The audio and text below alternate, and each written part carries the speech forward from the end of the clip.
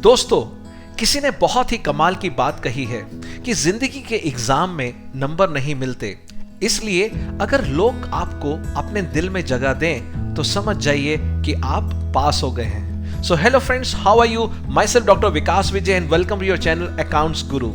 आज की जो कहानी है, आज की जो मोटिवेशनल स्टोरी है, उसका शीर्षक है उम्मीद का दिया। आप सब जानते हैं कि मन के हारे हार है और मन के जीते जीत, यानी जैसा आप मन को बना लेते हैं वैसा ही आपकी जिंदगी में घटना शुरू हो जाता है। और ऐसे ही एक स्टोरी मुझे याद आती है जहां पर एक छोटा राज्य होता है, उस पर एक बड़े राज्य ने आक्रमण करने की तैयारी होती है। जैसे ये बात छोटे राज्य के राजा को पता लगती है, उसने अपने सेनापति से डिस्कस किया कि क्या हम इससे लड़ सकते हैं, क्या हम ये युद्ध जीत सकते हैं। इस पे सेनापति ने साफ कहा कि महाराज, हम सोच भी नहीं सकते लड़ने का, बिकॉज ना तो इतनी सेना है, ना ही हमारे पास इतना हथियार है, वो भी नहीं है। इस बात पे राजा बहुत ही घबरा गया और अपने संत के पास गया, जो कि वो हमेशा सलाह लेता था ऐसी सिचुएशन में। संत से उसने डिस्कस किया और बताया कि सेनापति भी मना कर रहे हैं। सेनापति ने साफ साफ मना कर दिया कि हमें युद्ध नहीं करना चाहिए। इस बात पर वो संत बहुत नाराज हुआ और बोला, ऐसा सेनापति हमें नहीं चाहिए, इसको जेल में डाल दीजिए, अपनी आंखों से दूर कर दीजिए, बिकॉज ये हमें डीमोरलाइज करेगा, ये हमें डिस्करेज करेगा। और फिर महाराज ने कहा, महाराज संत जी, मैं कर तो दूं, इसको बंद भी कर दूं, बट फिर हमारी सेना का नेतृत्व कौन करेगा, कौन बनेगा सेनापति? इस पे उस संत ने कहा, मैं।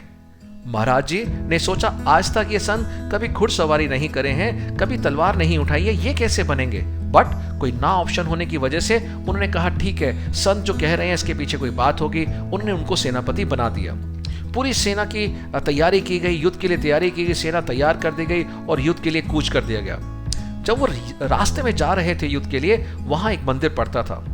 जैसे ही वो मंदिर तक पहुंचे, संत जो कि सेनापति थे, सेना से बोला कि मैं अभी मंदिर में जाता हूं और ईश्वर से पूछ के आता हूं कि क्या हम ये युद्ध जीतेंगे या नहीं जीतेंगे। सेना बड़े ही हैरान हो गई। उन्होंने कहा, संत जी, यहाँ तो एक पत्थर की मूर्ति है, उससे आप कैसे बात करोगे? वो कैसे बताएगी कि हम जीतेंगे नहीं जीतेंगे? इस पर संत ने कहा कि मैंने एक दैवीय शक्तियां हैं मेरे पास, जहां पर मैं इनसे, ईश्वर से बात कर सकता हूं और वो मुझे इसका जरूर उत्तर देंगे। सेना ने कहा, ठीक है संत जी। संत जी गए और जैसे ही वो वापस आए, उन्होंने क्या कहा सेना से कि ईश्वर ने कहा है कि अगर रात को इस मंदिर से प्रकाश आता हुआ दिखाई दे जाए तो समझ लीजिए कि आपकी जीत सुनिश्चित है। पूरी सेना सांसें रोक तक रात होने का इंतजार करती रही और रात को अचानक ही उस मंदिर से प्रकाश आता दिखाई दिया। उस प्रकाश को देख के पूरी सेना उत्साहित हो गई, जोश में आ गई, नाचने लगी कि वाह, अब तो हमारी जीत पक्की है। और अगले दिन सुबह वो युद्ध के लिए कूच कर गए। वो युद्ध 21 दिन तक चला और 21 दिन बाद इस छोटे राज्य की जीत हुई। और जब वापसी में वो आ रहे थे, मंदिर दोबारा में पड़ा तो सेना ने कहा संत से कि संत जाइए और जाकर ईश्वर का शुक्रिया अदा कीजिए कि उनकी वजह से हम लोग जीते हैं। इस पर संत ने कहा, नहीं नहीं, कोई जरूरत नहीं है। तो सेना ने कहा कि संत महाराज, आप तो बहुत ही थैंकलेस हैं, आपको तो शुक्रिया अदा करना चाहिए, आप तो इतने रूड बन रहे हैं कि भगवान का शुक्रिया भी नहीं अदा कर रहे हैं। इस पर संत ने कहा अपनी सेना से कि वो जो प्रकाश आपने देखा था, वो प्रकाश उस दिए का था जो मैं दिया दिन में जला के आया था, और रात के अंदर वो दिए का प्रकाश आप सबने देखा, और वो जो रोशनी निकली, वो रोशनी आपके दिमाग में उस उम्मीद की रोशनी थी, उस विश्वास की रोशनी थी कि हाँ, अब आप लोग जी सकते हैं। तो यही जो जीत है, वो जीत उस आत्मविश्वास, उस बिलीफ सिस्टम की है कि एक बार हम कोई चीज सोच लेते हैं तो हम करके मानते हैं। तो ये जो हमारा ब्रेन है, इसको जैसी आप सोच डालेंगे वैसा ही होगा। तो जिस तरह से इस सेना ने कम हथियार होते हुए अपनी जो सैन्य बल था उससे लगभग आधा होते हुए भी युद्ध को लड़ा और जीता, तो इस जीत के पीछे श्रेय इस संत को नहीं जाता, श्रेय जाता है उस सोच को जो संत ने इस सैन्य बल, सैनिकों के दिमाग में डाल दी थी। तो जो हमारा ब्रेन होता है, ये सच या झूठ नहीं जानता, इसको जैसा आप कमांड देंगे वैसा ये यकीन करना लग जाता है, वैसा बिहेव करता है और वैसी चीज वाकई होने लग जाती है।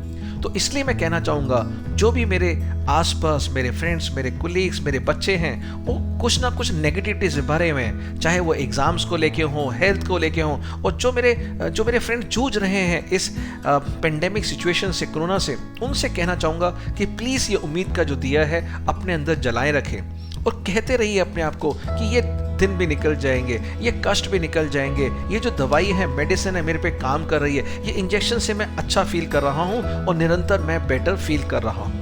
और जो गार्जियंस हैं, जो इनको देख रहे हैं, जो फैमिली मेंबर इनको देख रहे हैं, उनको भी ये कहना चाहूँगा, यही पॉजिटिविटी आप फैलाई रखिए, because lot of negativity is around. तो मेरे इन वीडियोस का आने का पर्पस यही है कि इस समय अलग अलग तरह के लोगों को अलग अलग तरह की चिंता सता रही है। जो बिजनेसमैन हैं, अपने बिजनेस को, फाइनेंसिस को लेके, जो जॉब कर रहे हैं उनकी सैलरी कट डाउन हो रही है, सैलरी टाइम पे नहीं मिल रही है, जो बच्चे हैं उनके एग्जाम का भविष्य पता नहीं कब होंगे, ऑनलाइन पढ़ते पढ़ते फ्रस्ट्रेटेड हो रहे हैं, और जो हेल्थ से जूझ रहे हैं। तो चारों तरफ के क्या है, प्रॉब्लम ही प्रॉब्लम है। तो मेरी ये कोशिश वीडियो के द्वारा यही है कि मैं आके आपके साथ सिर्फ ये बातें करूं, और आप लोगों ने जो मुझे अपने दिल में जगह दी है, जो सम्मान दी है, जो वीडियो को लाइक कर रहे हैं, शेयर कर रहे हैं, सब्सक्राइब कर रहे हैं, उन सभी के लिए साधुवाद साधुवाद। और यही आप लोगों की मोटिवेशन मोटिवेट करती है कि इस दौरान अगर मैं कुछ भी आपके चेहरे पे स्माइल लेगा हूं, और जल्दी से शीशे में जाके एक हल्की सी स्माइल मेरे नाम पे दीजिए, तो मुझे बहुत बहुत अच्छा लगेगा। तो इसीलिए मेरा प्रयास है कि मैं आप तक पहुंचूं इन वीडियो के माध्यम से। अगर ये एफर्ट्स अच्छे लग रहे हैं तो प्लीज़ थम्स अप कीजिएगा, ताकि मुझे पता लगे कि यस, ये स्टोरीज़ आपको वाकई अच्छी लग रही है। और लाइक कीजिए, सब्सक्राइब कीजिए, ताकि अगली वीडियो के लिए मोटिवेशन बनी रहे। तो मिलते हैं जल्दी एक और ऐसी स्टोरी के साथ।